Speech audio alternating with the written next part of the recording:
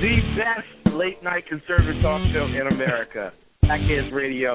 And listen, there are no people better on the air to give you the best in conservative talk than Sackhead Sean and Sackhead Clint. And we're working on immigration papers for a certain other guy who happens to work here, too. For those who are tuning in around the world to the best in late-night conservative talk, Sackheads Radio. Sackheads Radio.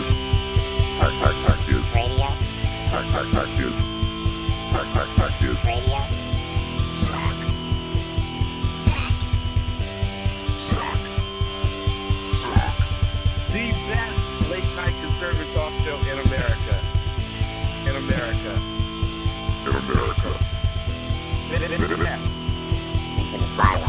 And in this web was a large, I'm pretty sure it was the biggest spider I've ever seen. And welcome to the 20th of January 2015 Sackheads Radio Show, our State of the Union sort of show. Nothing gets a man more excited than listening to the president tell him that he's going to do everything you don't really want It's him not to that do. block yet. Huh? It's not that block yet. Oh, what block is it? Opening. And General Jack. Hey, this is where we talk about our feelings about each other. Get back in the cave, Soccer. Oh, okay. Back in the cage, Sacco. Oh, man. Thank you so much for joining us this evening on the SHR Media Network. Thank you so much to Jason Miller and Arlene Curlo for covering the State of the Union this evening and did an outstanding job. How are you, my friend? Great. Good. I'm glad to hear it. You look amazing. No, I feel amazing. Can you tell? I'm all excited. Twittery inside. Somebody favorited it. Quick, somebody retweet Clint's feelings. Twittery. Spelled T-W Ittery. Ittery. Right. Oh, man. So much to talk about this week. Oh, I know. I don't think we're going to cover it tonight. No, I want to talk a little bit about how Congratulations.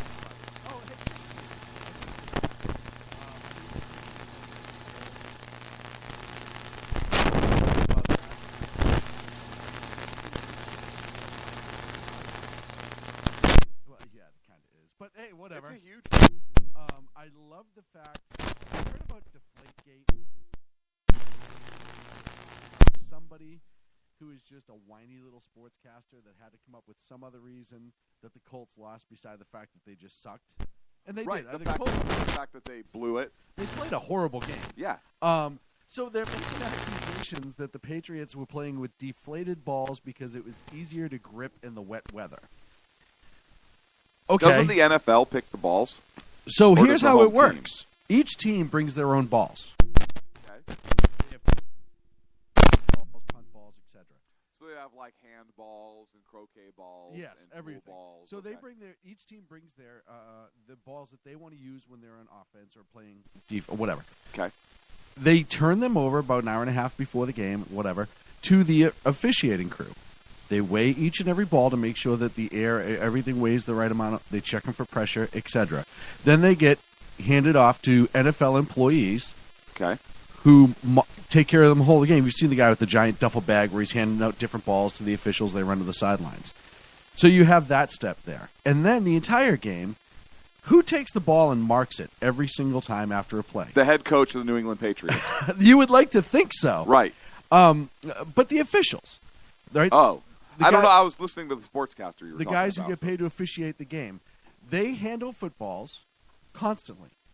And I'm pretty sure they would be able to tell if a ball that was a passing ball was extremely deflated or inappropriately inflated. I'm just saying, it's one of those things, you know how there's some things that you can just do without even looking at it in the dark or whatever? Oh, yeah. Yeah. Yeah. Look, Yeah. For you, it would be breaking Right. down a weapon. Wait, what? Yeah. Me too. But but this is their job. You can't tell me they're allowing these saying anything. Oh no, the NFL looks for a reason to jam teams like the New England Patriots up. It happens all the time. So now there's going to be an investigation. So basically, that'd be like, that's your slide. No, it's not. It's my recoil spring. Right. No, it's your slide. It's a properly deflated slide. Huh? No, I can only have a proper Okay, so that didn't work. So some sportscaster, I forget this Yutz's name, but he gets on some local sports channel and says, well, I've heard from the Indianapolis Colts that the entire game the Patriots were playing with improperly inflated balls, and that gave them the passing advantage in the passing game in the rain. I didn't realize that the Colts staff members handled the balls. Exactly. Why wouldn't you raise that issue during the game? Prove it.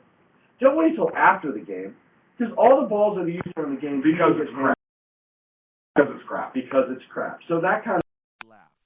I don't think it made you laugh. You were angry. I wasn't angry. It made me laugh. Because I remember when you started blowing my phone up with text messages. I wasn't angry as much as I was a little Exacerbated. Thank you so very much. That's an outstanding word. I really appreciate it. So that's that. The other thing that I found amusing this week was the video of Sacco in the bubble machine with the licorice thong, the 3 midget clowns, and the donkey. Right. That is... If you haven't gone to YouTube to check it out, well, we just might post the link to our page later. And how we got all that in the cell, I don't know. Yeah, no, I don't know either. But you know what's funny is that bubble machine really does a good job. We got our money's worth out of that. But the other thing I found amusing is, so we talked about Obama not going to the Unity Marts in France a couple weeks. The people that he couldn't send because he couldn't be bothered, right. Et cetera, et cetera. So this week, we're going to make up for it, says the president. And if you go to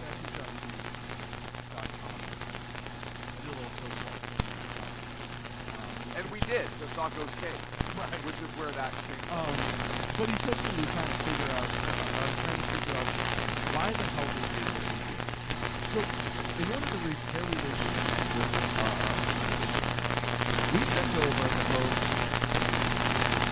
junk. So we sent over like a fruit basket. Like a fruit basket.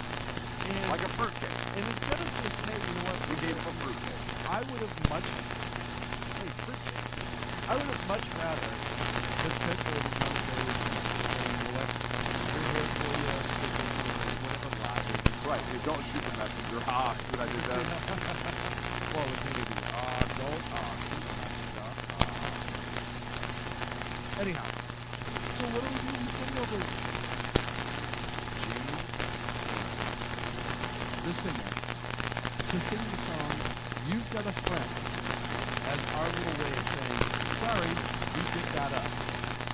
If you're France, could that be any more insulting as a nation? We're like, hey, you know what? We're supposed to be like one of the biggest allies you have, and we're going to send over our Secretary of State to March, and he's going to bring a folk song. Yes, you're about to be more insulting. If, when doing so, John Kerry was standing on stage with the Statue of Liberty, and they were singing to him.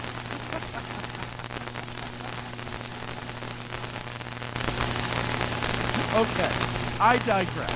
It could have gotten a lot worse Okay, than it really was. Or if they showed up with like a guillotine and like in 18th century attire and said, hey guys, remember this? And then saying you got a friend.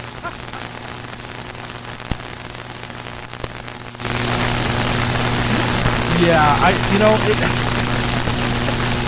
this was just the most ridiculous. It was an embarrassment to the entire country, in my personal opinion. It was an embarrassment.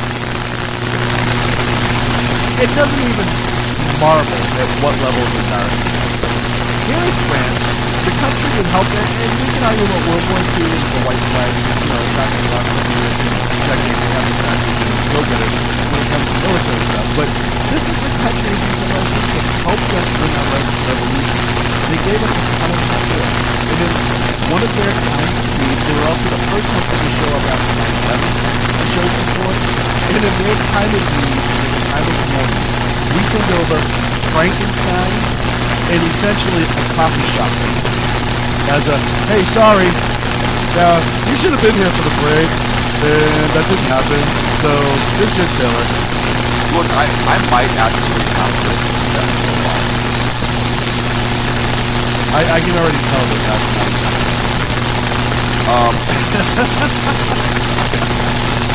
First of all, yeah. Obama may have just figured that since they don't speak German, they owed us. Okay. Or two. All right, so he's drawing back. All So right. what I think he did is, hey, World War I, you kind of saved your ass, and that's cool. That kind of pays back to the rest. Right. Right? But then World War II, and now you kind of owe us. Like big. Like, I'm not going to go to your little march, right? I'll send you a folk singer, I'll sing you a little tune, I'll pat you on the head, but you don't speak German, so you can just say thank you. Okay. I don't know if that was the case, but okay. I'll go with you on that one. Okay, and the second thing, you're not going to like this. I just got an alert on my phone, and according to the NFL, I just wrote, the NFL has found that 11 of the Patriots football teams were underinflated customers. Okay. And you're right, I don't like this, but here's what I want to know. So I apologize for making fun of the triass political Yeah, and I want to see. Hang on. Well, first of all, I want to know how they know exactly where the ball's supposed to be, where they take it to the custody of the Okay, so you're going chain of custody. Yes. Okay. How can you prove that with 100%? Were they It wasn't. It was 2 pounds lighter. 2 It pounds wasn't lighter. 100%. Usually. Did you miss that? I love it. Okay, I'm sorry. Usually all those balls are handed out right after the game. So it'd be interesting to see what the chain of custody is. And it would also be interesting to see how they think if they actually wait and make it, or if they knew before the game started by the weight or something like that. I don't know, but the NFL has no comment at this time. Patriots say they will continue to cooperate with investigations. Yeah. First of all,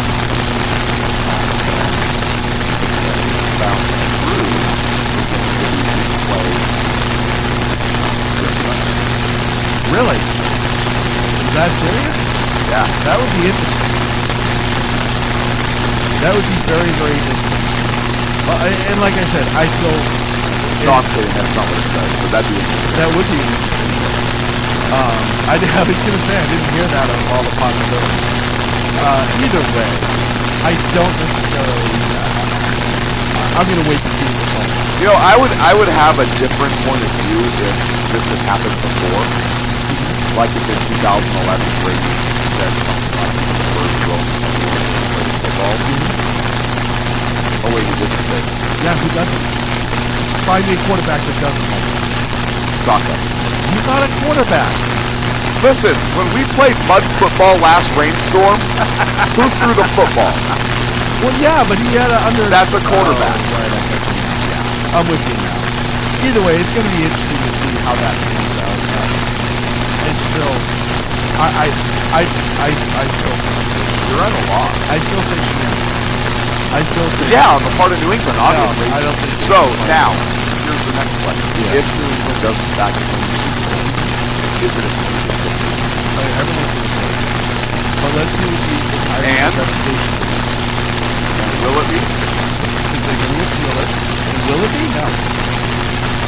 If they prove it beyond a reasonable doubt, because I'm one of these, it's funny, I'm one of those people that when these organizations launch investigations, I hold the same standard that I would any other investigation.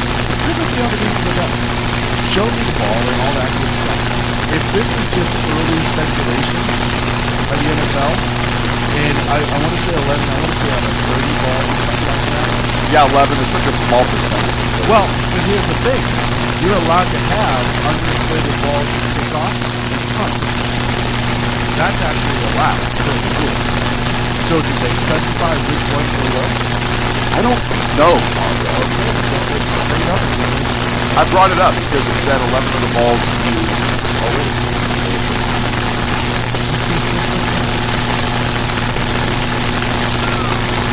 Yeah.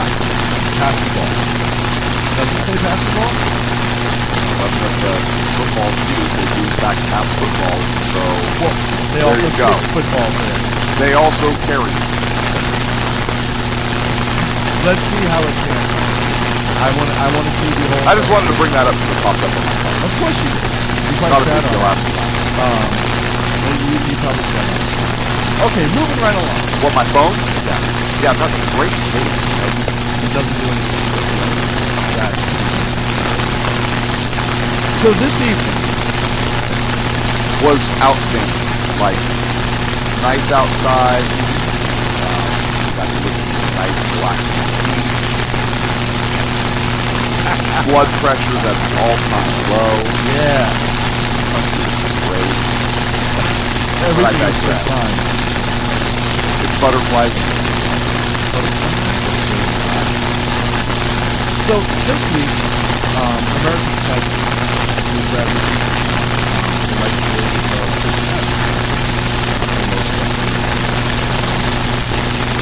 most successful.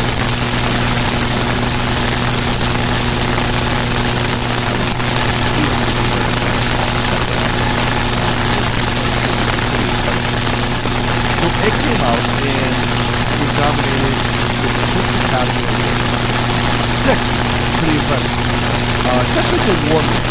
It was a Clint Eastwood movie, so usually people gravitate to that. Now, I've already heard allegations of, they're only nominated Just, his yeah, work has been proven coming out. he's not very well known. So if you haven't heard of Eastwood, which, by the way, I Weird, right? weird. Actually, this is something I was on air the night after I talked to him. Yeah.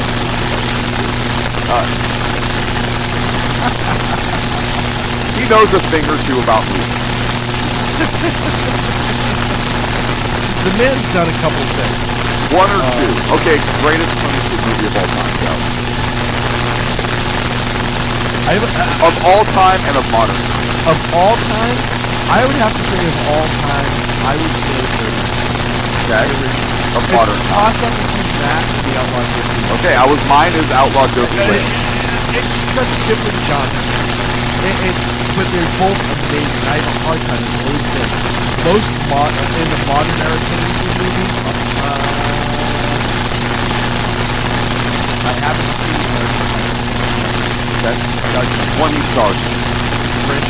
Yeah, absolutely. Never mind the fact that that has some of the best one-liners. And you know what? Like, that's like every American, I'm sure, has seen both Gran Torino and Outlaw Dopey Lane. Yeah. And if you haven't, I'm pretty sure you may, in fact, I don't know if the research is totally correct. You may be not. Sacco just admitted that he's a communist. Breaking news. Breaking news. Sacco is in fact a very communist. The good part is we've already caught this one. And so just a couple more movies to go. So anyhow, so the movie comes out and it's just being held as a movie. Everyone's talking about this. How amazing this child is. And all movies that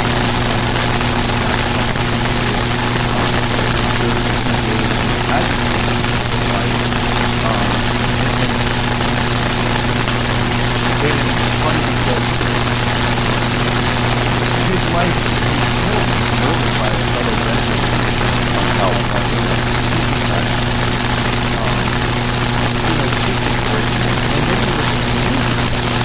which I've read the book. Yes. I have not seen the movie. haven't seen the movie. But from what I've heard, book and movie are both. It's not one of those movies where the book is so much better. Right. From what I've heard. Right. Again, I have not seen it, so I cannot make that feedback. I was from folks that have seen the movie and read the book. Right. And I can't make comparison either. However, you don't get nominated for 6 Academy Awards.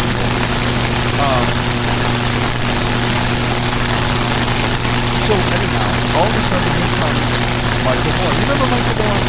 Huge fan. Right. We used to love Michael Moore. Because it's a jackal. Listen, this is Jackal? a jackal. This is the guy Jack who... Hole? Jack Hole. H-O-L-E. Oh, Jack Hole. This is the guy in the middle of the Occupy rally. This is really the last time he was a couple of years ago. Wait, what is a Jack Hole? Michael Moore. Okay. That's not like a different, like a cross between a jackass and a hole? Yeah. Okay. So here's a guy who stepped up in front of the Occupy people and told them how great it was to be fighting for America. Oh. No, it was. What you do is great here, this, that, and the other thing. And then all of a sudden, he went back to his music and he saw this section of the book. Out comes American Sniper, Michael Moore on my uncle killed by a sniper 7 years. We were taught snipers in the house. And we'll see you in the back. Snipers aren't cool. So that's his tweet. That's his tweet. And then he followed it up and said, but if you're on the roof of your home and singing it from the David 7,000 miles and you're not a sniper, you are brave, you are a hero. I believe Thomas Parker those things people were sniping Americans, but whether they were the American soldiers and sailors that were sent over the parts of Lebanon and people so murderous and people that were murdering people on a regular basis. Part of his duty were to do. He is, in Michael Moore's story, what I believe, A coward. a coward. You know what? Here's what I challenge Michael Moore to do. Don't because he himself is a black guy. He should go to a base where there is a special operations with snipers. And he should stand in the middle of the room with all of the operators around. And he should say, for all of you snipers that are here, you are all cowards. Yeah. And see what happens. And to see what happens. Because if he has the testicular fortitude to say that on Twitter, he should be able to say that face to face. I agree. Correct? 100%. And I think he should do it in California. Okay. Well, there's a law in California that if you use words likely to provoke a violent reaction, then you are in violation, and if you get cut, it's essentially, sorry, it was your fault. Right, you had it coming to you. Right. That's weird. It's California. That's what have a law. I think what it is it's just kind of slipped through the cracks, and nobody's paid attention to kind of roll down the back yet. Are you okay? No. Don't get to that. How did you get a banana slug in your throat? It's not easy. Anyhow, I do have to give credit. So, and then Seth Rogen, and I don't even want to say about Seth Rogen. Getting up there on the show. But he made a comment on Seth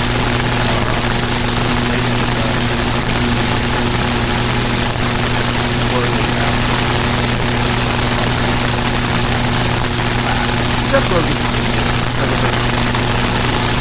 he's a funny actor. That's all he is. He's fun. Michael Moore makes documentaries and private mistakes about his life.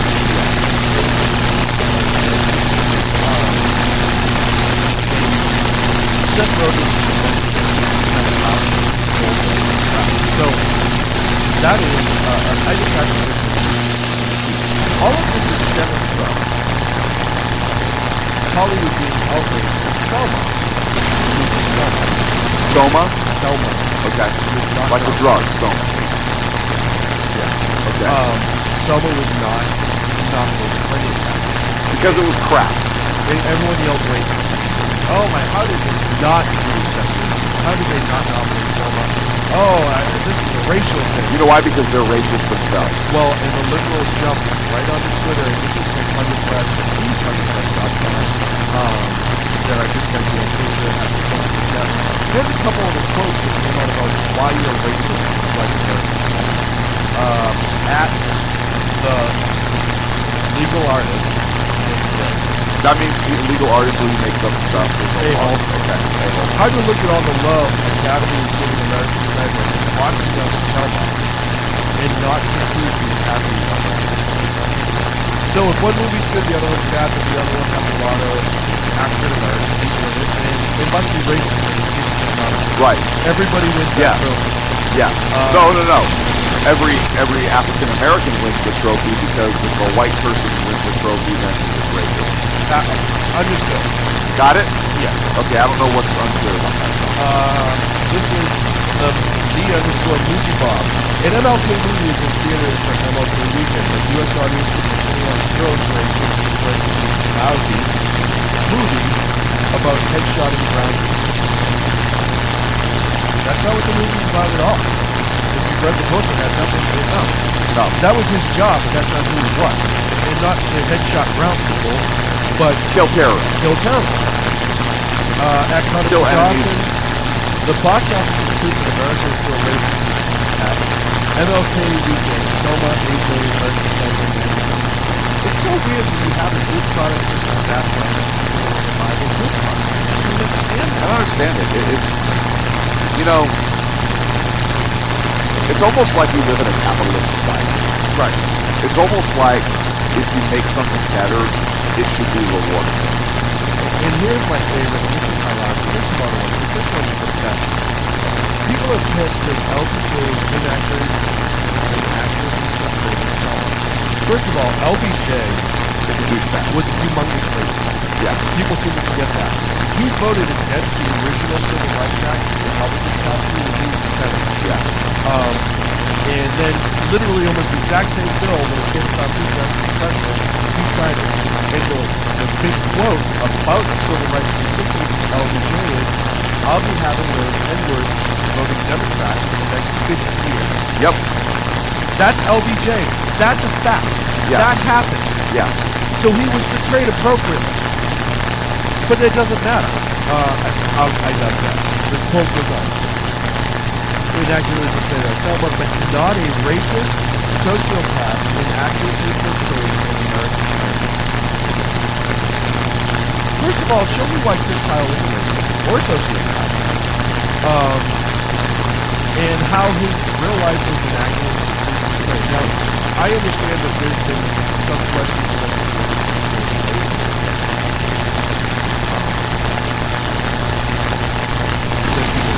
everyone really should try to offset people with their personal,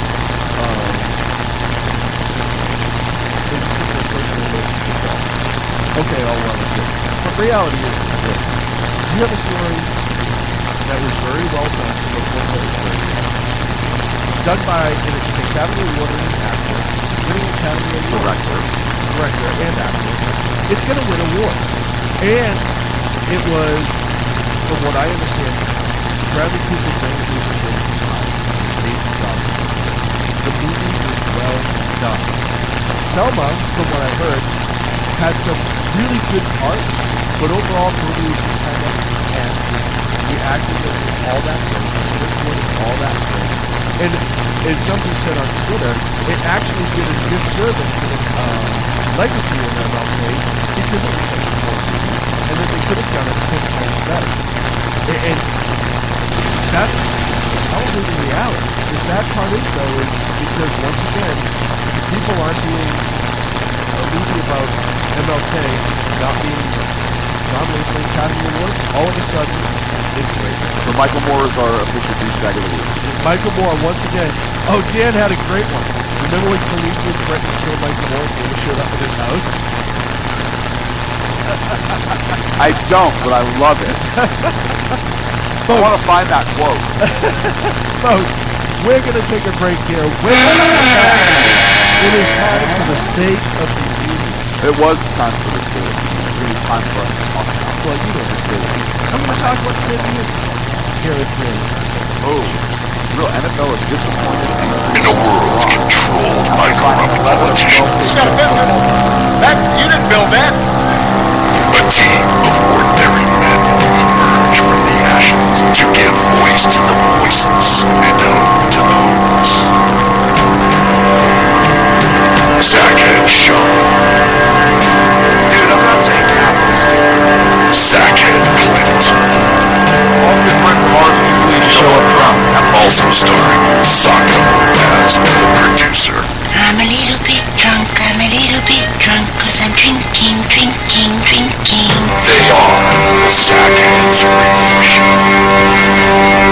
Every Wednesday at 8 p.m. Pacific on SHRmedia.com.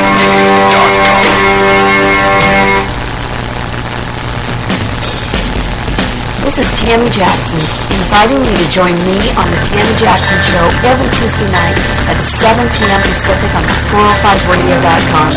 Put down that remote and tune into the show that covers politics, guns and the Second Amendment, religious liberties, sanctity of life, the military, and more.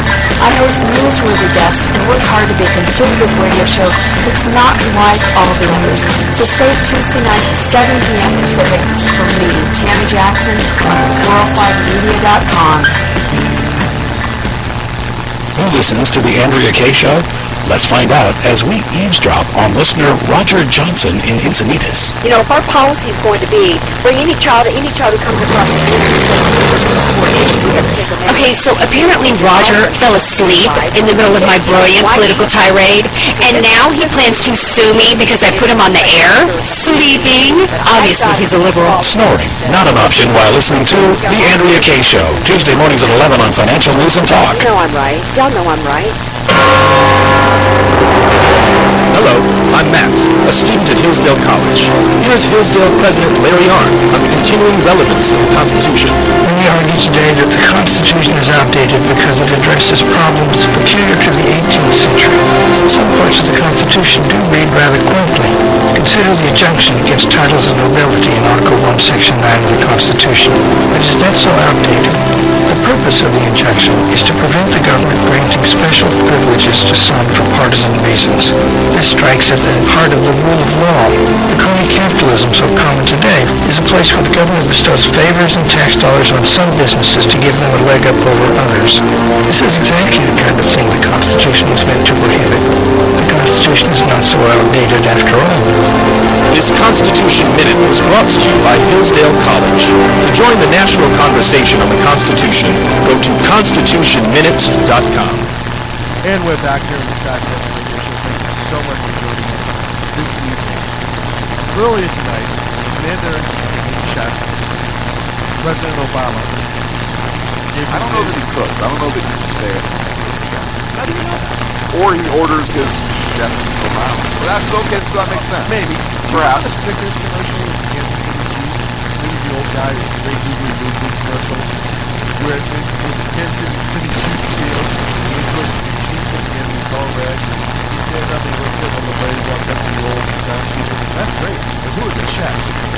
Because he forgot. Yeah, that was one of my favorite commercials. You don't remember that? Okay. Maybe I imagined it. So anyhow, I should be a commercial. Back to the State of the Union. The president gave essentially the State of the Union we were all expecting to see. He really was. First of all, I want to count how many guys were done at the State of the Union. I haven't had a chance to go back the full text about everything that he did, he did. It was really full of those absolute through the term of age, 6 years ago, he highlighted a bunch of different things, and really was not a solid speech by all sorts of people. It really wasn't exciting. It didn't really exciting. at all. At all. It really didn't feel like. Listen, part of me hoped, and I knew what he said about higher taxes for community college. Let's give immigrant voting rights from day one, and Republicans work with you. I knew all that was going to be, but I was kind of hoping we'd have a little bit more of a little bit more of an excitement. Hey, you know what? Americans vote in November. They're electing a Republican Congress, and it's my job, and I know it's kind of a mean to it, but it's my job to work with them. I'm excited for the opportunity. I know he talks about, well, you know, we have to find Therefore, the first order of Congress, or first order of business, is the fact that Michael Moore is in fact president. I think that's something we can all agree on, and I think that should be an official American position. But it's higher, and Jason Morgan in the chat room, he sent me a message. The social justice of the distribution result was essentially the entire message. Well, look, he missed the entire part about how awesome it was. You're right. And I'm a little disappointed in Jason that he did not, in fact, pick that up. Oh, man. Yeah, no, you're right. But let's go down to your list. Which list? Because you're trying to make it easier. Do you have any good points? So things that I maybe agree with the president. Yeah. Yes, I love America. That was good. I will agree with that. Okay. Thank you. God bless you, and God bless this country we love. I'll agree with that. Okay, we stipulated. We started at the top, and that was the last line. No, I thought you were working back and forth. No, I do have I actually do have a couple of things that I was actually okay with. Okay. What he said in one line, when he was talking about the economy and the jobs, he was talking about a new generation of veterans that we owe them every opportunity to live with us, so to speak, that we owe them every opportunity to live the American way of health. I absolutely agree. He called on every CEO in America. Let me repeat, if you want somebody who's going to get the job done, hire a veteran. I liked it. I thought that was a point that I absolutely can get behind. I support the president 110% on that goal. I wouldn't necessarily be in favor of a law requiring veteran employment. I am not in favor of companies giving preferential employment service or whatever for veterans based on their service at all. I just think it's an individual company's choice to do that. But I completely agree with his statement. That is the fact that he actually took time to work that out. Yeah. So that's a big one that I. Another one I agree on, although probably not the way that he thinks, but I agree with him, and I think Congress should oblige him on this matter. Okay. What he said is, and tonight, I call on this Congress to show the world that we are united in this mission by passing a resolution to authorize the use of force against ISIS. I agree with that. And that resolution should be declaring war. Yes. That resolution should be a declaration of war. This president wouldn't know whether to shit or one of his wives if Congress declared war on ISIS or ISIL. But you know what? That would give the president exactly what he asked for. Yes. That would give him a resolution to authorize the use of force. So instead of passing some half-assed resolution giving the president additional powers, which are not enumerated for that period of time or whatever in the Constitution, do something that is constitutionally sound, give him a resolution, give it to him in the form of a declaration of war, and let him then exercise his constitutional duties.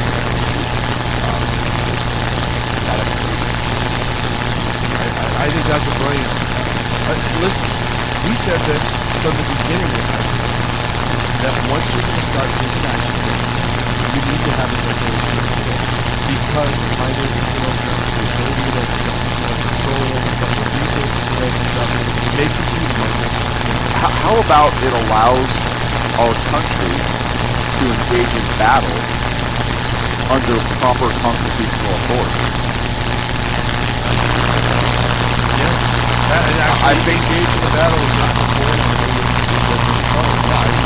Absolutely. And I think that's now where that could get sticky. I'll sound on her. Now we have some that. But look, that's one area I agree with Mark and probably disagree on both ways to get that. What do you think? He didn't say don't declare war to the resolution, so maybe not. I scoured the speech looking for that, and I did not see it in there.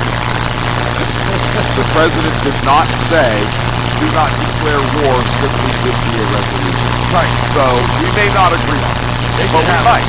Right, we might. Another area I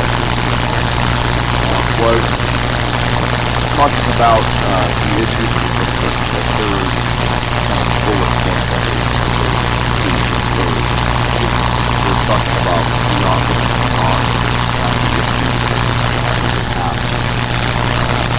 We talked about the urging Congress to finally pass legislation to better meet the evolving threat of cyber attacks to combat identity theft, protect our children's information. Look, I'm okay with that, and here's why. I'm not one for, obviously, a lot of federal law and legislation. However, we are so driven by technology that literally a major cyber attack could cause us major nuclear event to everything. So the fact that he's calling on Congress to pass legislation to better meet that evolving threat against cyber attacks, I agree with Mark. Because that could be a national security. If there is a successful major cyber attack in the United States, it will collapse. You will see this country rapidly evolve from a civilized society into one where payments and facilities will be trying to survive. Because the food won't be making it to the grocery stores, the water won't be making it to the home, no power. There would be, yes, there would be a lot of things. People would be able to hold it together for maybe 2 weeks. After that, our country is completely evolved into the second half of the world.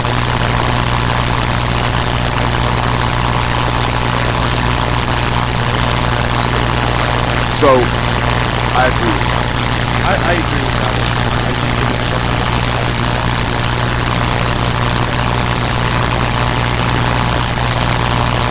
But I also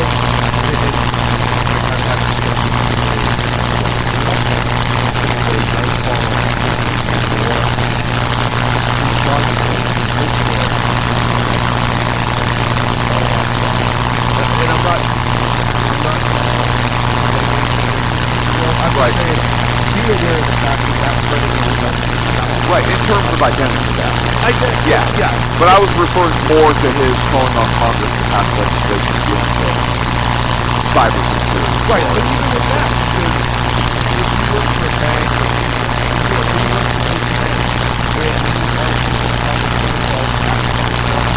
I'm talking like a major attack. You brought this up before, major attack on a bank. If you have to have that one set of access, then you're not supposed to attack. People work. Every time I see people, I don't feel I see people all the time who do smart things. What's wrong? If that is, if there's any sort of secrecy. I know, you're like Clint. You can't use this open Wi-Fi to tweet under the show. And I'm like, I don't even know what open Wi-Fi is. Yeah, you have no idea what Wi-Fi is. That's the best part about it. So I think that it's kind of a top to bottom. You really, people in general and companies. The other area, finishing up on my list, is where I agree with the president. I agree with his words in his speech. I don't think that his fundamental beliefs reflect this truly. Therefore, I think fundamentally we probably disagree. Although I believe and I agree with the words in his speech. Where he talks about a speech he gave in Boston time, where he said there wasn't a liberal America or conservative America, a black America or a white America, but a United States. Not something we talk about on the show. Why do we break people down by race? Why do we say African or Mexican or whatever? Why hyphenate? If you were born in another country and then coming to citizenship here, I can understand hyphenating for you. But your children, when they're born here, they're American. Yes. You drop the hyphen. You drop the everything. That is who we are. Right. And so I agree with him on that. He talked about another area where he says, I still believe that we are one people. I agree. I still believe that together we can do great things even when the odds are wrong. I completely agree with that statement. I don't know that he fundamentally believes that because he has been so divisive as a president and so inflammatory in a lot of the things he has said and done that it really leads me, and reasonably so, to call his heart into question on this issue. The other thing he said, I thought it was actually a very interesting discussion very, very the other day. And it says, he said, understand that better politics is one where Democrats are one American and Republicans combined. Better politics is one where we appeal to each other's basic needs instead of our basic fears. I agree with that. He says a better politics is one where we debate without demonizing each other, where we talk issues and values and principles, rather than gotcha moments or trivial gaps and big controversies that have nothing to do with people's daily life. If we're going to have arguments, let's have arguments, but let's make them debates worthy of this body, Congress, and worthy of this country. I agree with that 100%. He does not believe this. No. When the Tea Party first came out, he was calling them teabaggers. Yes. He was belittling the Tea Party movement. He has said things that run contrary to his words in this speech. So again, this is an issue where I agree with him in word. I think fundamentally on true core beliefs, what is in this man's heart, I don't think this is it. Therefore, just on real life level, I believe I probably disagree with this. Like in terms of the words he said tonight, I agree with this word that brings up an interesting point. What he's talking about here is open, honest debate. Let's have arguments. Let's have them honestly. Let's debate the issues. Let's debate them from a political philosophy as opposed to a political science standpoint, right? We exercise more political science today as a nation than we do political philosophy. And political philosophy, what is the true best form of government? What is the true, and then you form your argument and your philosophy, you run down and you argue from a position of principle. And that could be what we should be doing. We should be exercising political philosophy and engaging in debates that are politically philosophical, arguing from a perspective of principle. I think what we have a lot of today is political science. Yeah. It's a study of how to achieve a particular result. And it is not principle driven, it's results driven. And if something is results driven, then you must have to abandon certain principles. You have two opposing sides that each have principles, but you're looking for a specific result, you abandon certain sets of principles. as opposed to holding true those principles and having the best open, honest debate on the principles themselves, is that is the underlying. We're looking for truth. And that is what the truth political blunder. Through that debate, you are in fact seeking truth through that honesty, through those principles. You're seeking truth as opposed to just doing yourself. And so I was thinking about that as we spoke with you.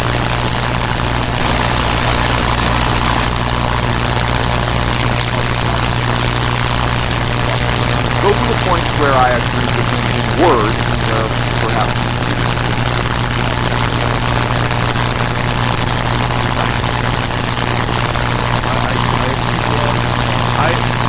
I agree with you.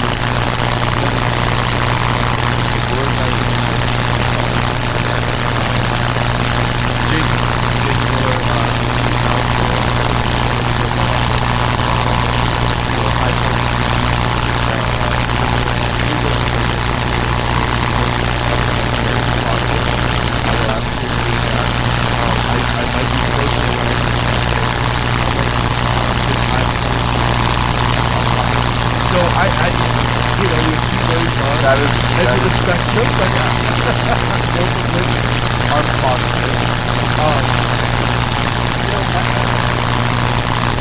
I would say more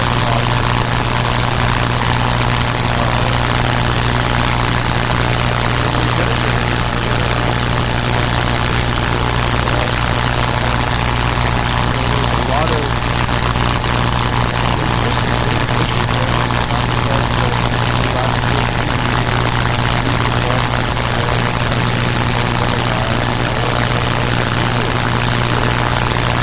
that's less than half, John. Whether or not you wanted it, whether or not you wanted it, you did. Most of my stuff was most of my stuff is too. You asked for the positive. No, I know. So go. What else? What are the positives you have? How did he? I don't know. Is it like we beat Sacco? Right. In a cage? Right. I didn't think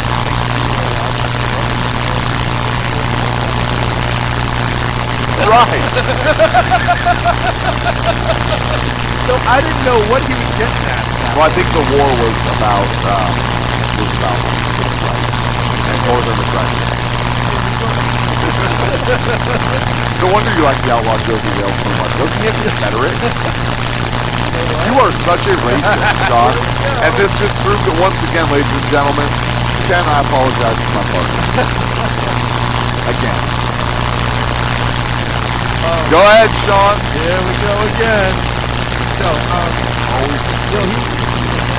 he brought up,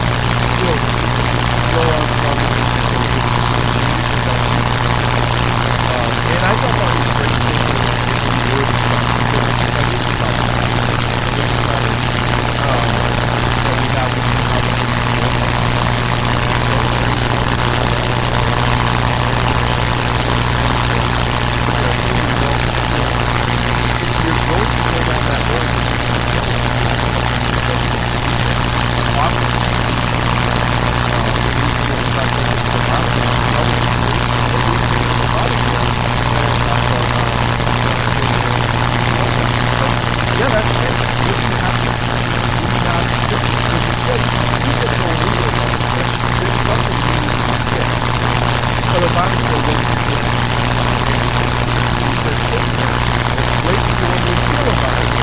However, what are you going to do? And that's something that we talk about.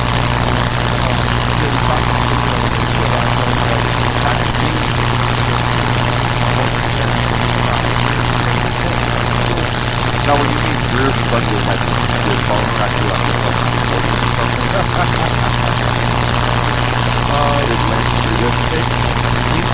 right? One of the other happy moments is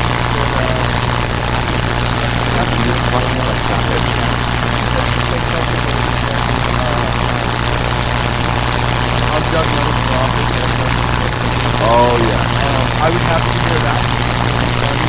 You know what? I was actually happier to hear his response. I will have to admit it was a good one. I just thought it was great. He said there's no more campaigns. We won't be running jobs again.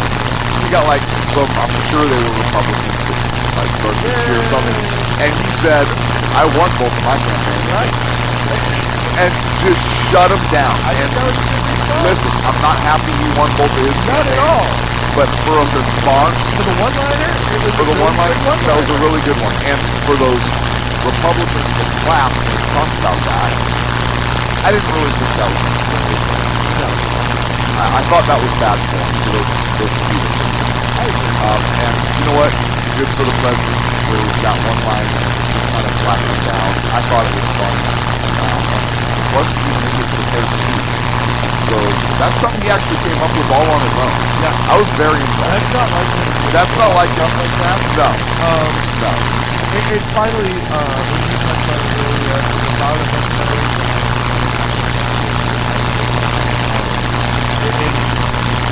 Again, you need to put out the word. You can stay away from that because I don't know why people are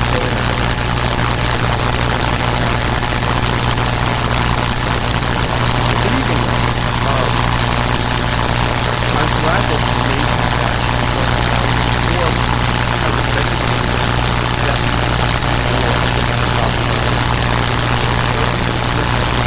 I think it's lip service. Like he's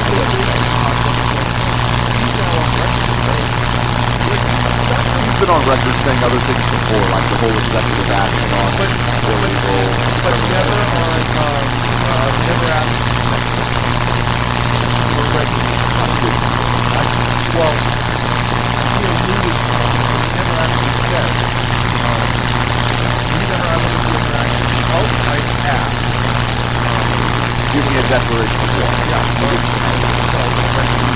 I wish he asked.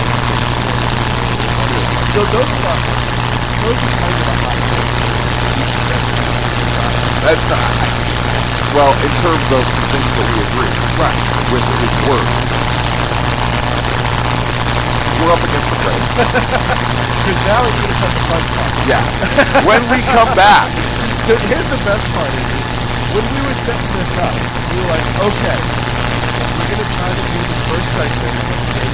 Right. Positive. Let's try to get some positives in there. Right. We had to speak through the last 5 minutes. We're going to fly through the next 30. We're not going to have enough time here. 30, maybe 45.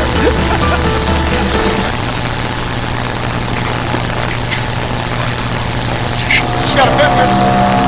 You didn't build that. A team of ordinary men emerge from the ashes to give voice to the voiceless and hope to the hopeless. Sackhead Sean. Dude, I'm not saying capitalist. Sackhead Clint. All different from ours usually show up drunk. Also starring Socko as the producer. I'm a little bit drunk, cause I'm drinking. They are the Sackheads Radio Show.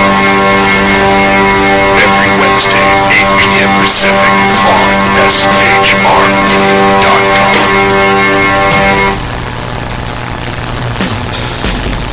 This is Tammy Jackson, inviting you to join me on the Tammy Jackson Show every Tuesday night at 7 p.m. Pacific on the 405radio.com. Put down that remote and tune into the show that covers politics, guns and the Second Amendment, religious liberties, sanctity of life, the military, and more.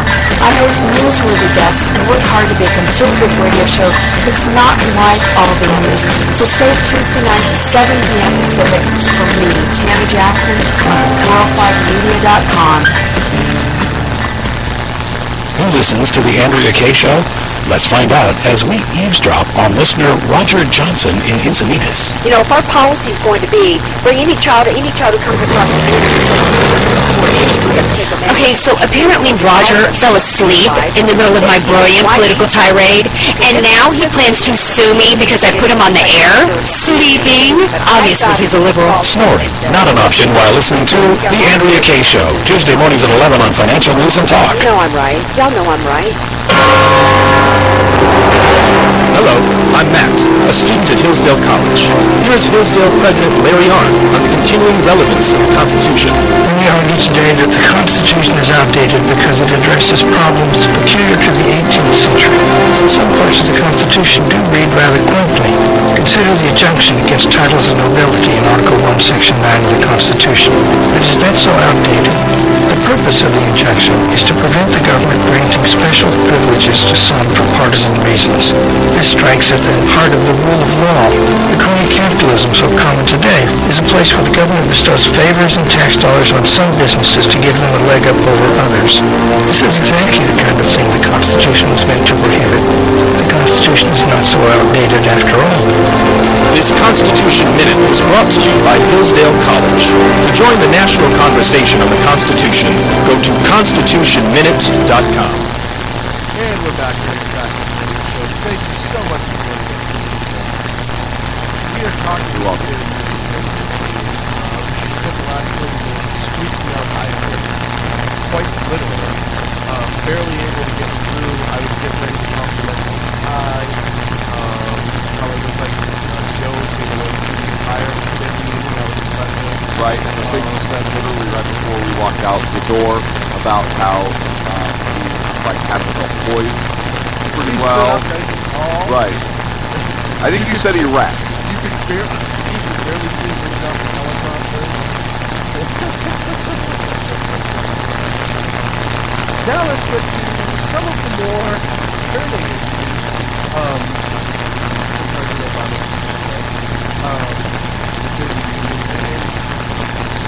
We want to go down the list and jump around. I know we don't have a point that we want to get to. You know what, I started the last one. Okay. My first issue is gas. You made a little comment about oil and gas prices.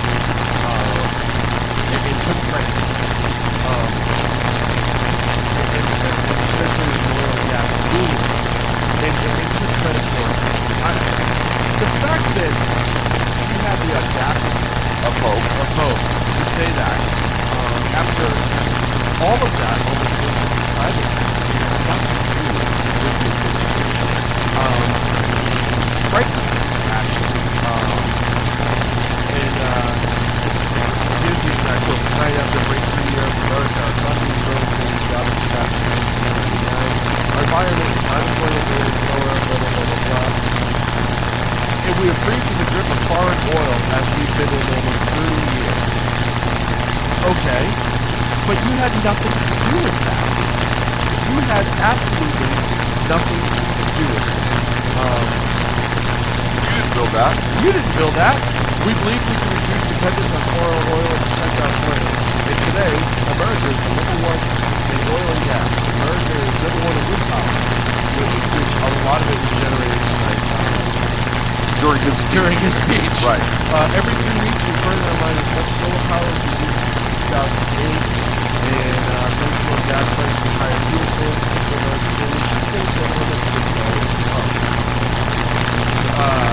okay. Solar, wind, whatever.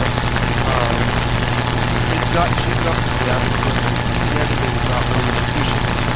Methods full factor solar as much as you want that to happen. It's not going to happen.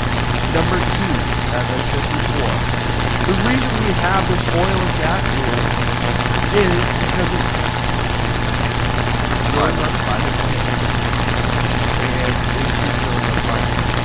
And that's really about it.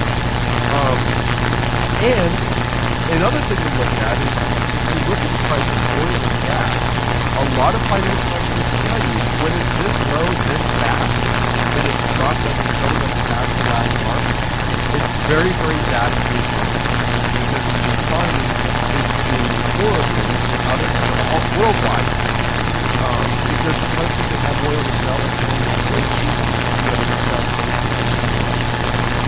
And that's a very, very bad sign. So it's not economic.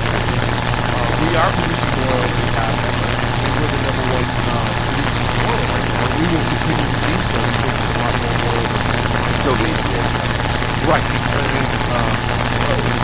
I think they said the first year of that, the first year of that, they decided 14 countries or the EPA instituted 1400 rules when it comes to oil and gas.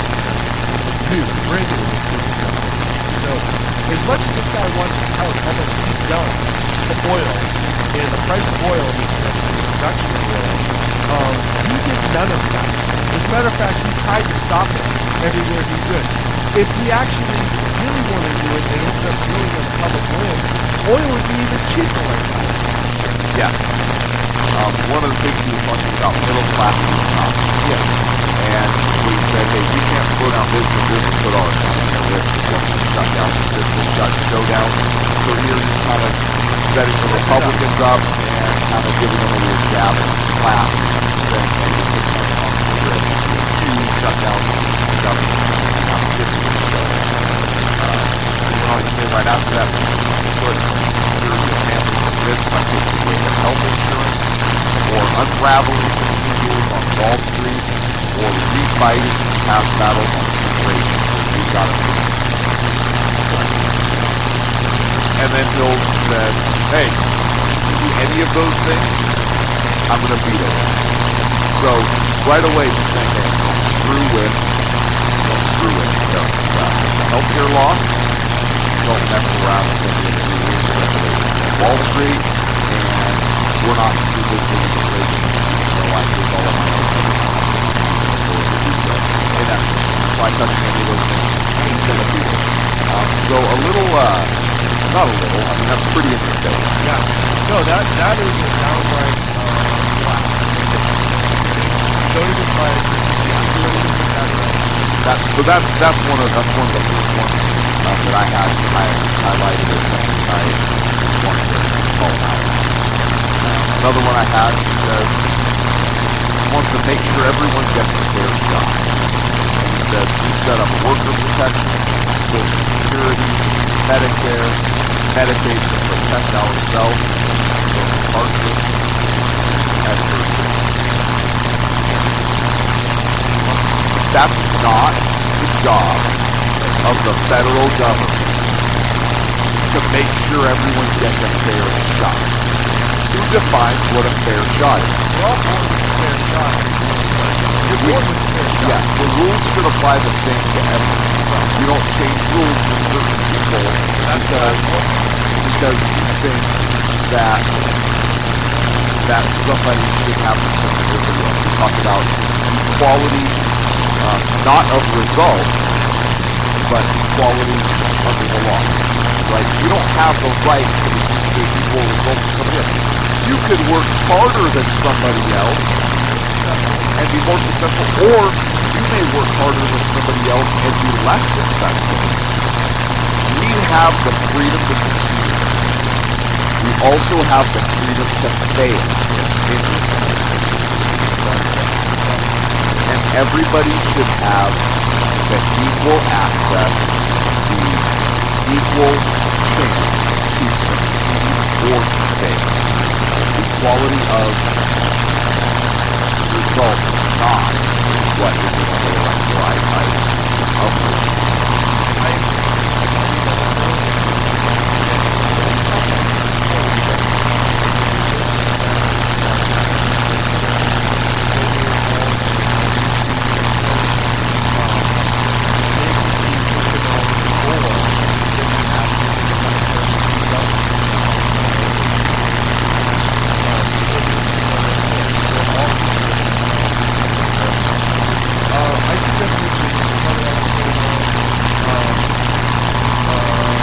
rename this segment Umbrage.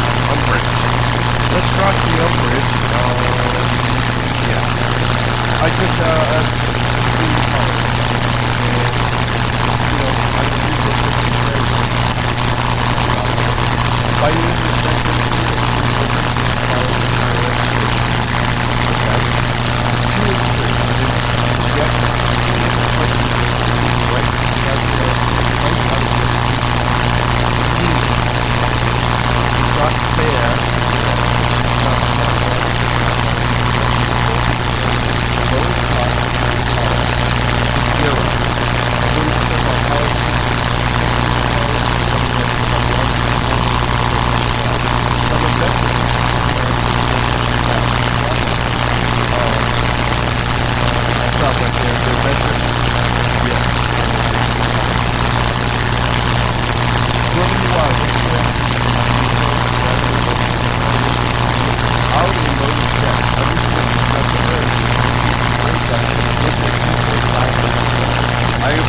it, yes, but that's not fair to everybody. Right. Because not everybody can achieve that. Right.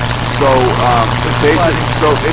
So basically, I think what they could potentially propose is confirm is that they're going to look at a high school transcript, and because obviously that's the hardest to try, and if you can maintain the same GPA as your high school, that's what you're going to be expected to do. That's fair. I love the fact that that's fair. Yes, that's very fair. Okay. And these numbers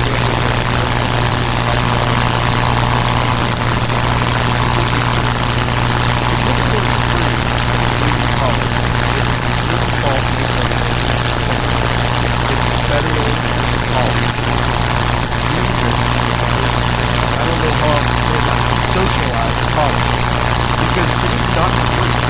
It is not like all of a sudden there's going to be zero cost to college. Your tax dollars are going to pay federal and then again like state, because the states are going to have to pay not of what the monthly employer was, and that's just given the go to school. And one of the other aspects of that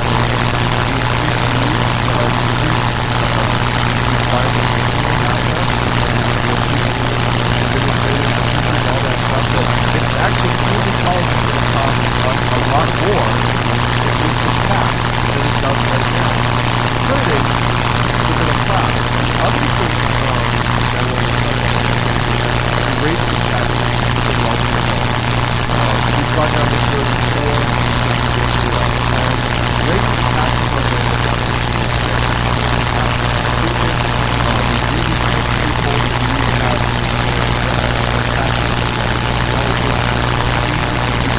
other thing again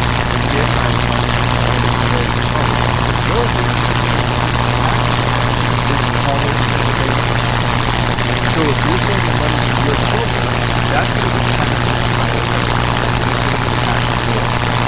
and what's that doing for the middle class? Because historically the middle class is the last half of the college. Usually lower class people go to college, they qualify for a whole bunch of more.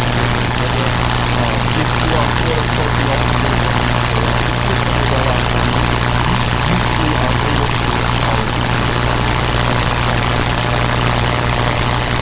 The middle class is the one that overall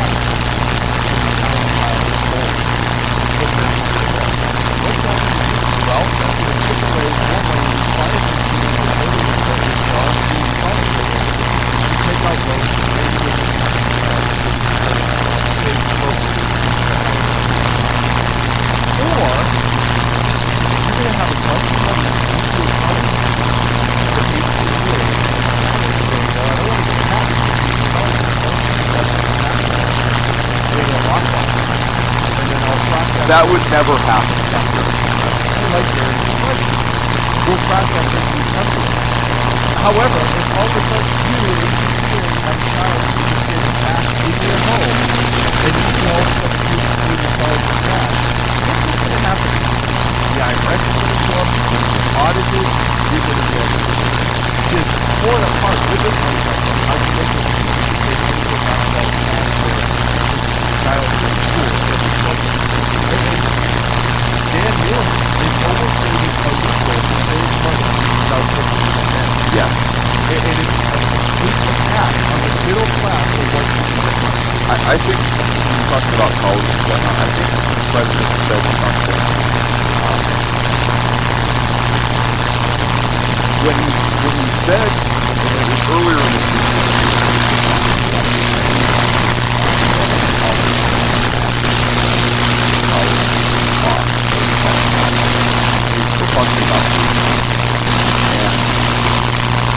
the president, to me, and I heard it when he was saying it, and I went back and I reread the transcript or it confirmed the way I took it. And I think the president kind of revealed his Marxist, communist self a little bit. Here's what I mean. president is saying we're talking about talking about the country does best when everyone gets their fair shot. Okay. Everyone plays by the same set of rules. But before he says plays by the same set of rules, he says everyone does their fair share. Now hold that for a moment. Everyone does their fair share. He went on to say everyone, we want everyone to contribute to our success. Our means the collective, not our individual. But then he says something after. Hold on to get that real quick. Everyone does their fair share. Everyone to contribute to our success. He then goes on to talk about helping families be more secure. He talks about helping folks afford childcare, college, healthcare, a home, retirement. Now, first of all, we're not talking about how the hell it is going to pay for that. But what we're talking about is first, from each, according to his ability. Everyone contributes to our success. Everyone does their fair share. And then he talks about to each, according to his needs. Childcare, college, healthcare, a home, retirement. Now, those of you that are familiar, from each according to his ability, to each according to his needs, was a slogan first used by Louis Blanc, but it was popularized by Karl Marx,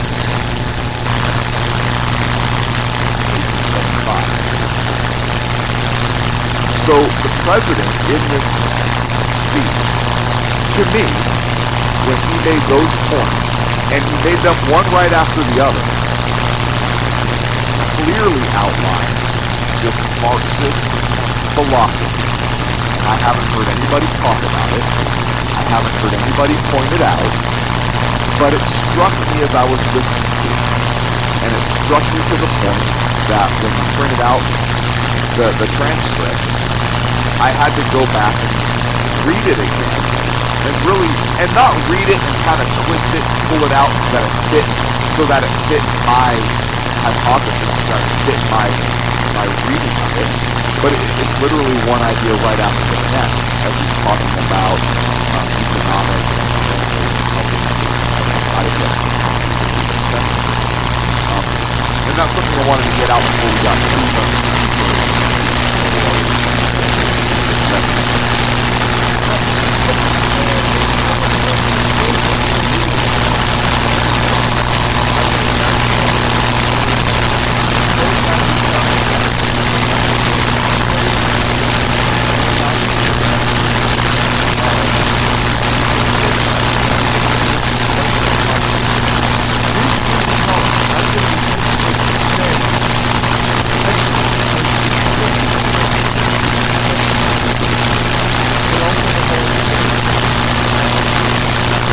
So then what's the next step? It's going to require 2 years of college.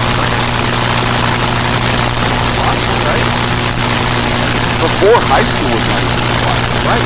Now it is. And then it was required because people say, well, I couldn't really do it in high school. And I'm not saying that's bad.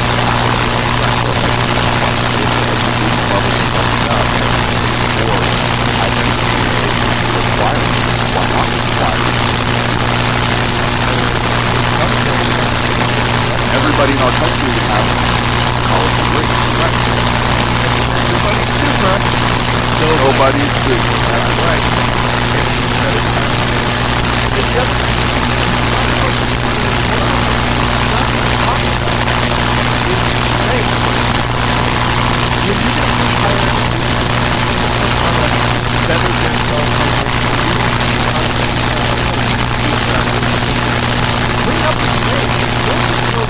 Right. I would have more respect for you. I don't like the idea, but stop me. It could be pretty great. Or say, you know what? You need to think about hiring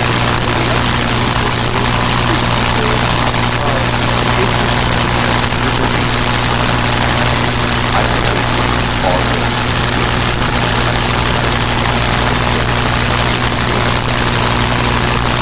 How are the professors who are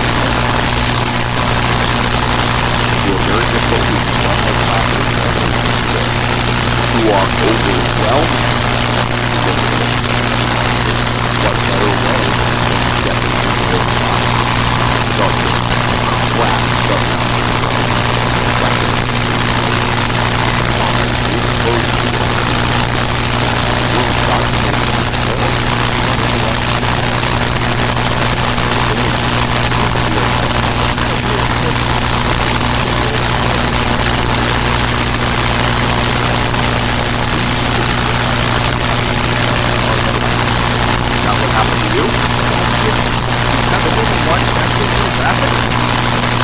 all that stuff.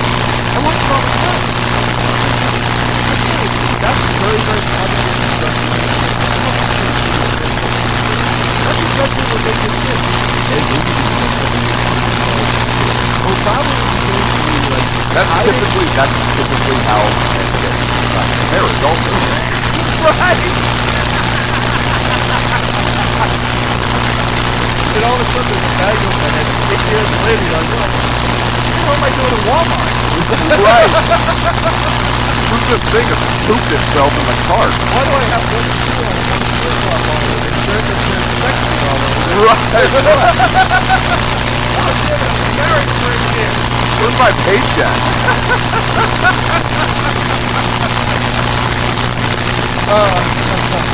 You're tricky, Mr. President. We're on you, buddy. I can almost sit there and envision how Peter's up there listening to you on it. I keep going back. There's like a build in the hat. Like the really alley. A couple things last time. Like something along those lines. Right.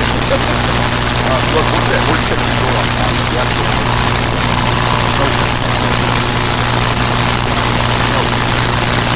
Obama said we still need more employees to see beyond recognize that investors are more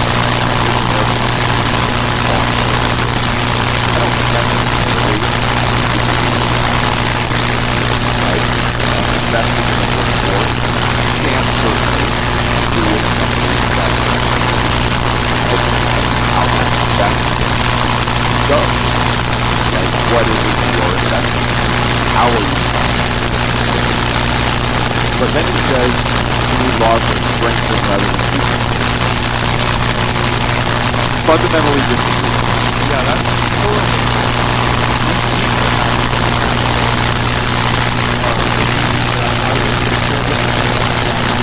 yes.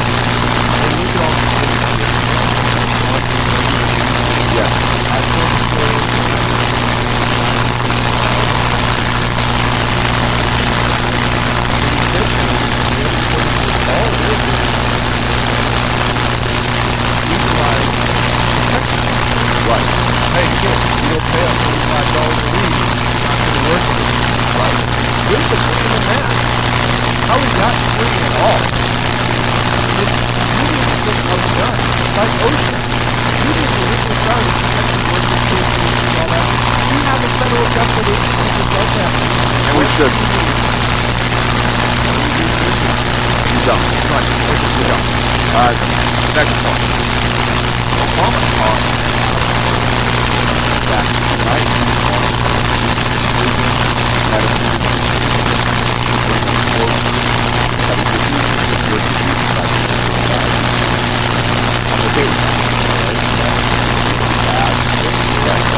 listen.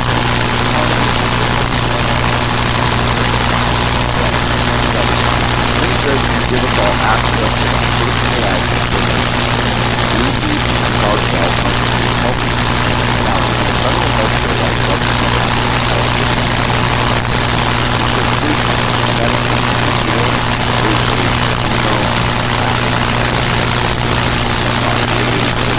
that is what the science is.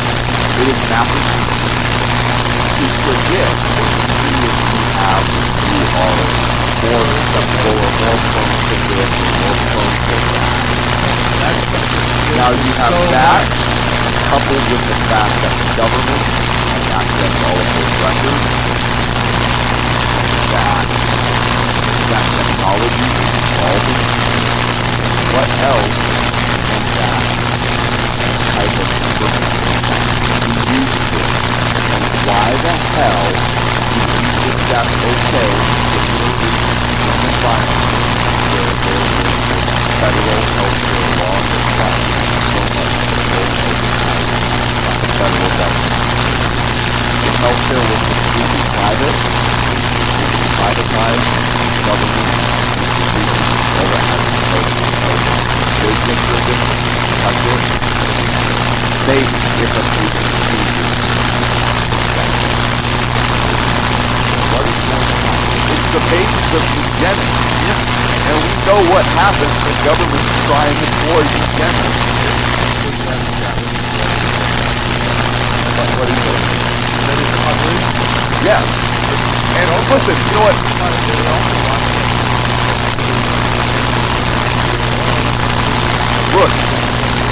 Look, Margaret Sanger, who is a hero of the left, was a major pusher of eugenics. The founder of transgender. She wanted to get rid of the black race. Essentially, through abortion and eugenics, getting rid of people with bad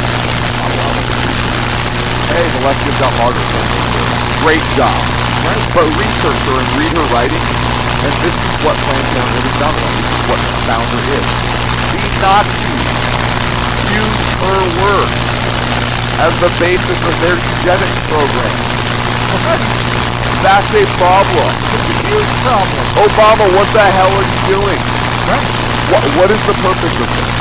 It sounds really great, just like, guess what? Sanger's ideas were packaged a certain way, right? So were Hitler's. What could go wrong? How could this misfire on Israel? Precision Medicine Initiative, PMI. No, it's like the insurance, but different. If something's precision, doesn't that mean awesome? It sounds really cool, right? Yeah. Oh, you want me out of the cage? No. Yeah, let me tell you how I feel about this, guys. No. Okay, carry on. I took umbrage with that particular part of the speech. I took umbrage as well. You know what else I took umbrage with? He said Americans, we don't mind paying our fair share of taxes. Yeah, we do. Yeah, I do. Yeah, I don't like paying. Why did one person insulted us? Obama. He spoke with Americans. Oh, that's a good one. But he said, as long as everybody else does too. I agree with that. I agree with that also, but he doesn't. We know that. We know that. He said a lot of things. He talked about closed loopholes that we see swallowed by a lack of anybody paying taxes. How about this? He said fair share, right? He said fair share. Listen, I'm going to agree with fair share and I'm going to propose fair share. Flat tax. Yeah? Hey, if you make $1 million, flat tax is 10%. We pay $100,000. If I make $100,000, 10% is $10,000. Guess what? I pay $10,000. If you pay $5,000, it's like $5. I don't know. Something small. No, but that's a fair share. What is your fair share that you pay? 10%. What's your fair share you pay? You're about to pay 10%. No, but you know what I'm saying, right? That's fair share. Right. Well, he's all about fair. Taxes, nobody. There's no fairness at all. Listen, we are up against the break. When we come back, we're up against the break. When we come back, we're going to continue on our State of the Union assessment umbrage section. Back after this. State of the umbrage. In a world controlled by corrupt politicians. You got a business. You didn't build that. A team of ordinary men emerge from the ashes to give voice to the voiceless and hope to the hopeless. Sackhead Show. Dude, I'm not saying capitalism. Sackhead Clint. All good friends of ours can please show up front. Also starring Socko as the producer. I'm a little bit drunk, cause I'm drinking. They are the Sackheads Radio Show. Every Wednesday, 8 p.m. Pacific on SHRmedia.com.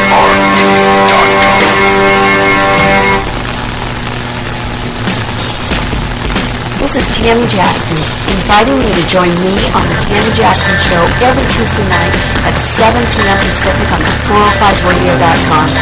Put down that remote and tune into the show that covers politics, guns and the Second Amendment, religious liberties, sanctity of life, the military, and more. I host newsworthy guests and work hard to be a conservative radio show that's not like all the others. So save Tuesday nights at 7 p.m. Pacific for me, Tammy Jackson, on 405radio.com. Who listens to the Andrea K. Show? Let's find out as we eavesdrop on listener Roger Johnson in Encinitas. You know, if our policy is going to be bring any child who comes across the Okay, so apparently Roger fell asleep in the middle of my brilliant political tirade, and now he plans to sue me because I put him on the air? Sleeping? Obviously, he's a liberal. Snoring, not an option while listening to the Andrea K. Show, Tuesday mornings at 11 on Financial News and Talk. You know I'm right. Y'all know I'm right. Hello, I'm Matt, a student at Hillsdale College. Here's Hillsdale President Larry Arnn on the continuing relevance of the Constitution. We argue today that the Constitution is outdated because it addresses problems peculiar to the 18th century. Some parts of the Constitution do read rather quaintly. Consider the injunction against titles of nobility in Article 1, Section 9 of the Constitution. But is that so outdated? The purpose of the injunction is to prevent the government granting special privileges to some for partisan reasons. This strikes at the heart of the rule of law. The crony capitalism so common today is a place where the government bestows favors and tax dollars on some businesses to give them a leg up over others. This is exactly the kind of thing the Constitution was meant to prohibit. The Constitution is not so outdated after all. This Constitution Minute was brought to you by Hillsdale College. To join the national conversation on the Constitution, go to constitutionminute.com.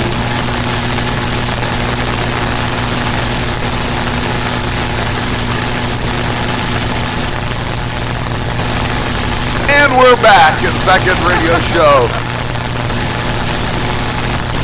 The best part is I heard the leading commercial. It sounded we gotta get a little bit of music thrown out here. I'd rather just 30 seconds music. It screws me up. I thought that was great. As we all went jumping over It's times like that we need in-studio cameras. We basically, okay, picture this. Sean and I's desk are set up in a form that we call the flying while we're on the show. It's almost like the hood of the General Lee. And what we basically did is hood slide. We hood slid over the desks into our chairs, microphones in perfect position, and nailed that intro. Is essentially what happened. Right. We were basically Bo and Luke Duke of internet radio.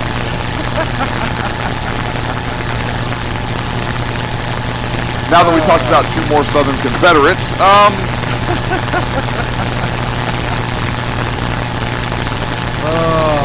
man. So anyhow, continuing with the shenaniganry. Hey, look, Obama talked about, and more towards the end, he said, since I've been president, we've worked responsibly to cut the population of Gitmo in half. Now, I think that's an oxymoron. I think Obama's a moron. But this is, we have worked responsibly to cut the population of Gitmo. I think that's mutually exclusive. Yeah. You can't work responsibly and also cut the population of Gitmo. But he says, well, he says, now it's time to finish the job. And I will not relent in my determination to shut it down. We are letting now, at this point, right, we've released kind of a not so dangerous terrorist who want to. We're now living down that population.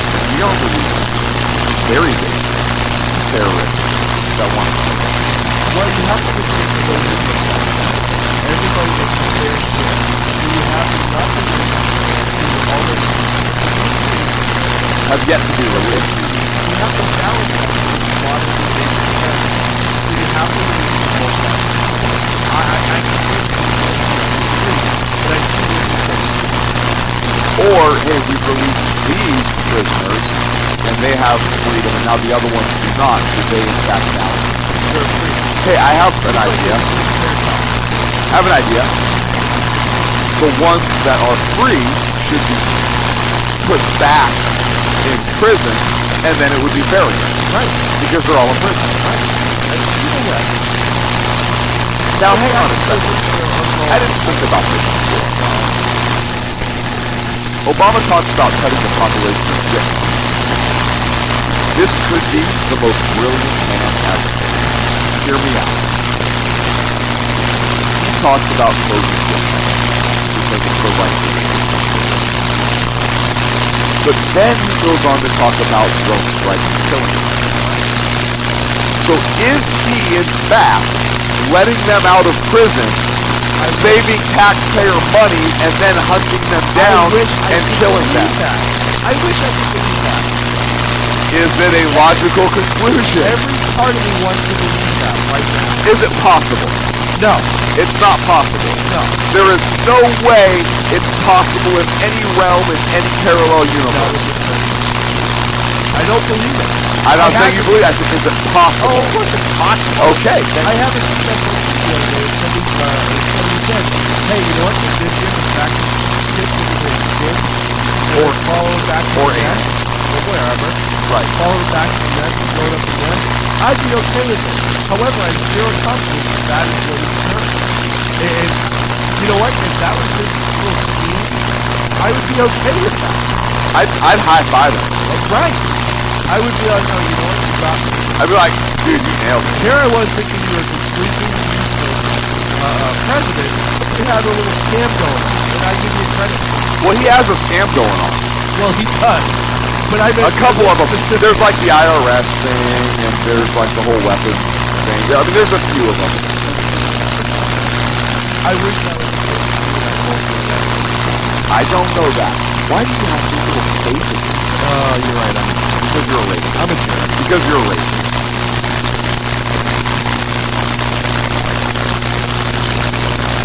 Rabbit season. Sucked with fire.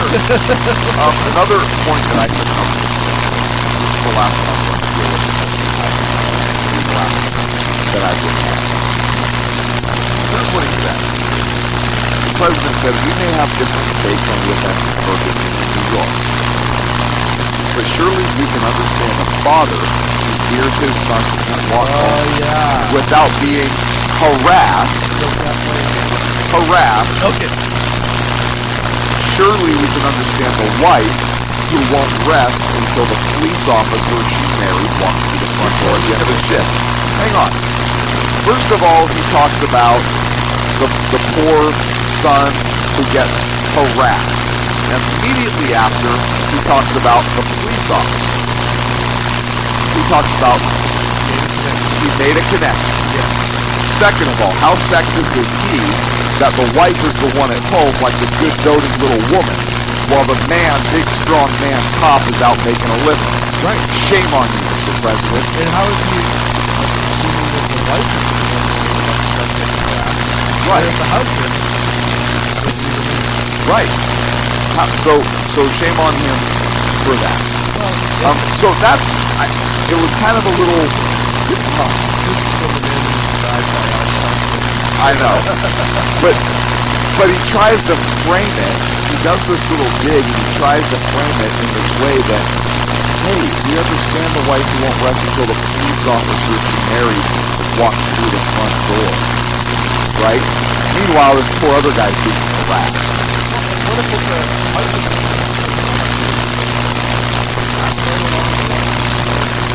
Yeah, what if the husband and wife are both police officers and they walk home together while their son or daughter is waiting for them? And they get harassed by some a-hole who tries to take their gun and kill them. What if it's a third husband? It doesn't matter. It doesn't matter, but you get my point. It's funny how he had to say in there and immediately they got a situation. And it's the only thing that the cops are He's in a morgue? Making a simulation? But he's almost insinuating that the cop harassing the young kid is the one who fights him and not worried about it. Right. Like, you couldn't make that any more direct. No, and all you could have said to make that better is, while the white wife waits at home for her white police officer husband to walk through the door, who just finished for harassing, no reason whatsoever. right, and then wanted to kill him. Right. But couldn't because he had a body camera on. I mean, I could not believe how bold that statement was. But it was masked pretty well. It was masked well, but if you... John Kerry is... Oh, that actually... That's all I have on the State of the Union. Do you have anything more? I just want to say that yeah, they nailed it. I like her.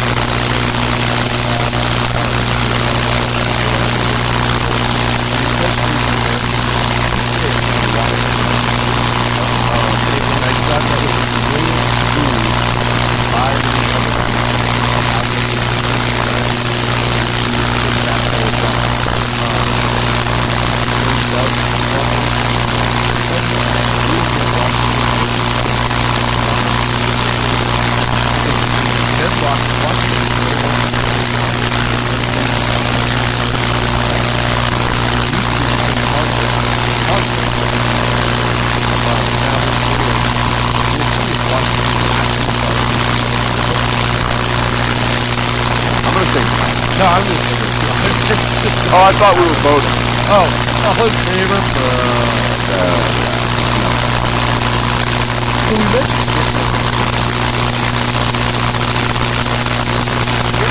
terrorists on the street. I'd be nervous if we released another one.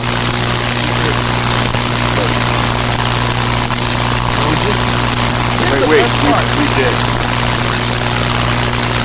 Really? Yeah. Why would we do that? Because we're Ali Saleh Kalan Al-Mari. He was sentenced to 15 years in the United States prison because he provided material support or resources to Khalifa Mohammed. No, he was just a 9/11. At the time of his arrest, he was dragged into the U.S. Now,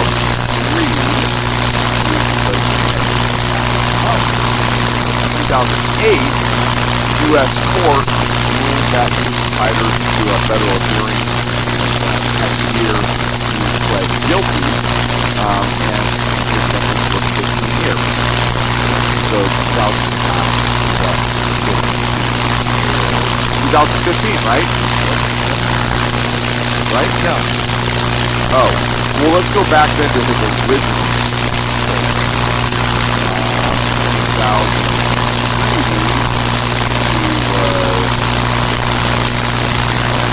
Okay, let's go back to his original custody of 2001, when he was picked up after 9/11. What year was it? So even if you go back to the first time he was picked up, the end of 2001, he was picked up after 9/11. End of 2001, 15 years would be the end of 2016. But he pled in 2009 and was sentenced to 15 years in 2009 without time served, which would put it to 2024. But he was released for time served. Yeah, no, on Friday. Last Friday they let him go time served. When did they let him go to? No, he was just released. Like with a catapult in the middle of the ocean? That would have been awesome. Hey, guess what? No, he went to getting free. He went to Qatar or Qatar or whatever the hell you want. Qatar. I think that's the new way you should release it. By catapult. Yeah, hey, come on out. There's all your stuff. Nope, it's why are you telling me? It doesn't matter. You'll be fine. It's only 90 miles from Miami. Right here, we're gonna Miami, the other point. We're gonna test your blood sugar. 1 drop. A bunch. Shoot. How awesome would that be? Right in the middle of the Bermuda Triangle or something like that. Just doing shark. Doing shark. Go all Dr. Evil on it. No. They have different tanks with different dollar amounts, kind of like Speedball. And they release 4 at a time. And you go for show like the running game. You go for score. Right. I mean, score. Right. You can take out a fundraiser to raise money for children. Right, you play a game with them. Right.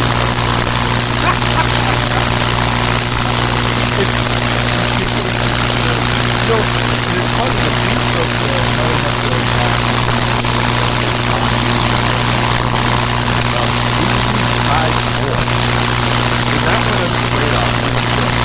we have a child regular guy. I think it's 48 hours later. We released 5 more players.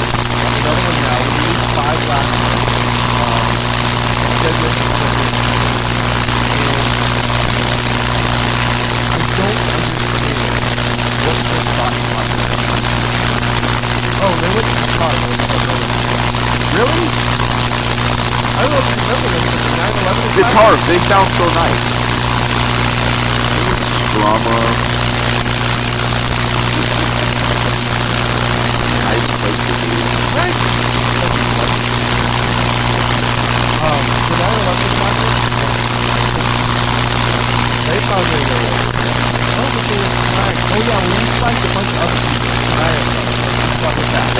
what? Referees flag people all the time too. Apparently they didn't flag the Patriots, but you know. So, I think it's amazing that you're out of Afghanistan, Iraq, isolated, going through the news outside early reports of isolated in kind of infiltrate the thing over the map. You have North Korea, all these people in this world, and you're releasing them back into the wild. That would be like a bobcat. If you had a bobcat or whatever, would it tear apart? Like gold, there's one cougar that lives here. No, like I mean like an actual wild animal. Yeah, no, she was. Like a puma. Oh, yeah, no, never mind. Like a sheep. And it's picking off taking the playground. And you're like, oh no, you know what? You locked him up for a few years. You don't think he wants to feel safe anymore. We're going to release him 15 miles on the road. He'll be fine. Oh, wait a minute. He's still picking off kids? Alright, 30 miles on the road. It doesn't matter. You know where the kids are. It's easy food. It's no different. It's no different. Yes, it is, because they're not 15 miles away. They're in Qatar. Saka, how do you not have any car sound effects by now? We've hinted at it like 15 times.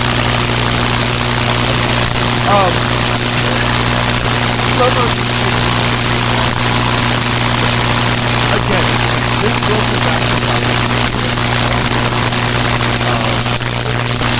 There's not enough ways for it. There's not enough. John Kerry, John Kerry will live.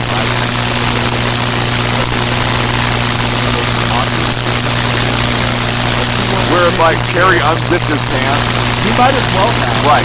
And I don't give John Kerry a lot of credit. But the Daily Show, did the whole thing on this, and I couldn't stop laughing. Their whole introduction of the coach. Kerry walked up and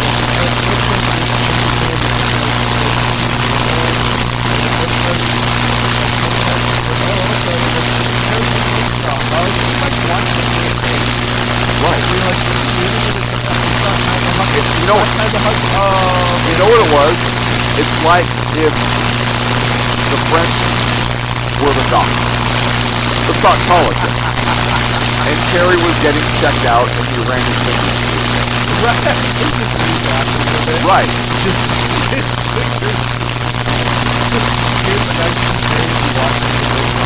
It's the most awkward experience that I have seen in a long time. It's very good. This is a French president. Right. Those people are doing something non-stop.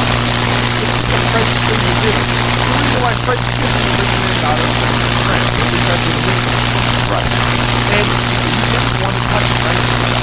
The French guy says, force yourself on the French. So that was not cool. One more thing I want to know before we start the show. I heard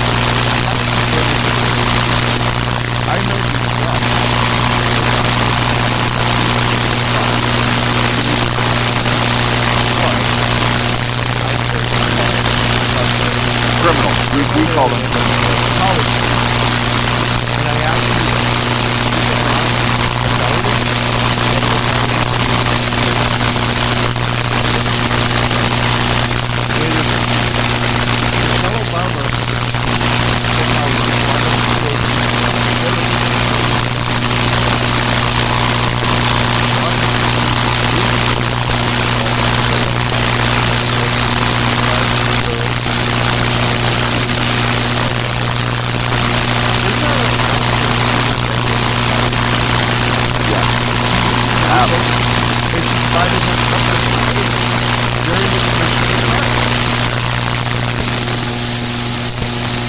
Eric Holder, damn it.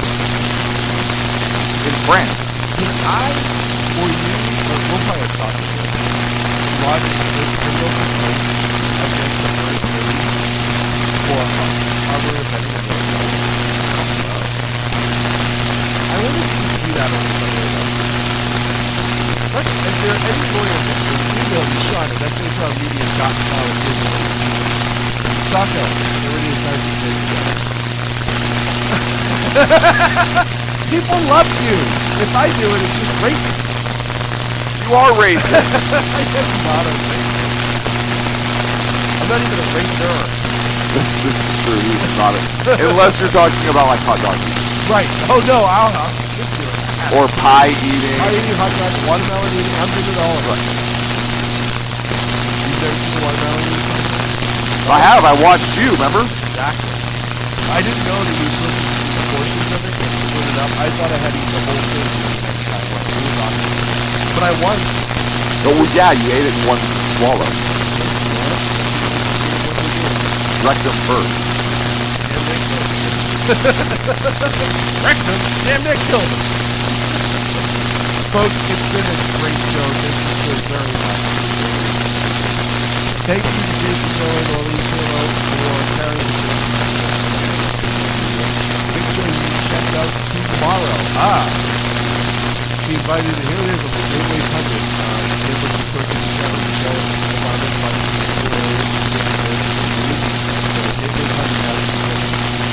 make sure you check tomorrow at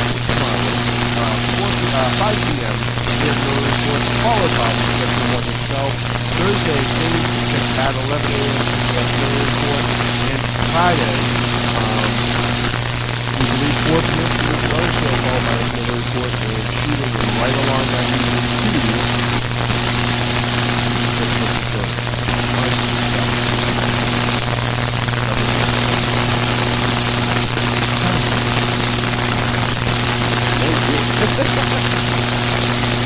Thank you, sir, for joining us. Thank you, sir.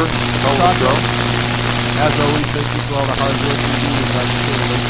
Are we going to be on next Tuesday or next Wednesday? We will be back at our regular time. We had to cover the show. Yeah. If you haven't played the most tonight's show whatsoever, you know it's Taco at Yeah, they won't be a response. Probably. I love the lip taco difference. Folks, we will see you next Wednesday here on the SHR Media Network. Make sure you share it with all your friends, follow us on Twitter and Facebook. How many people are going to talk about that? Oh, it'll be interesting. Not to be the listener, but I'm just saying. The best late night conservative talk show in America. Sackhead Radio. And listen, there are no people better on the air to give you the best conservative talk. Sackhead Sean and Sackhead Clan. And we're working on integration papers for a certain other guy who happens to work here too. For those who are tuning in around the world to the best late night conservative talk, Sackhead Radio.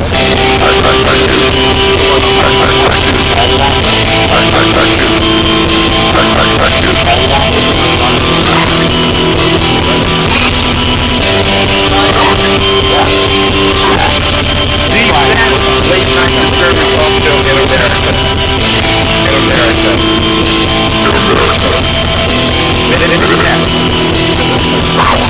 And in this West, there's a large, and I'm pretty sure it was the biggest spider I've ever seen.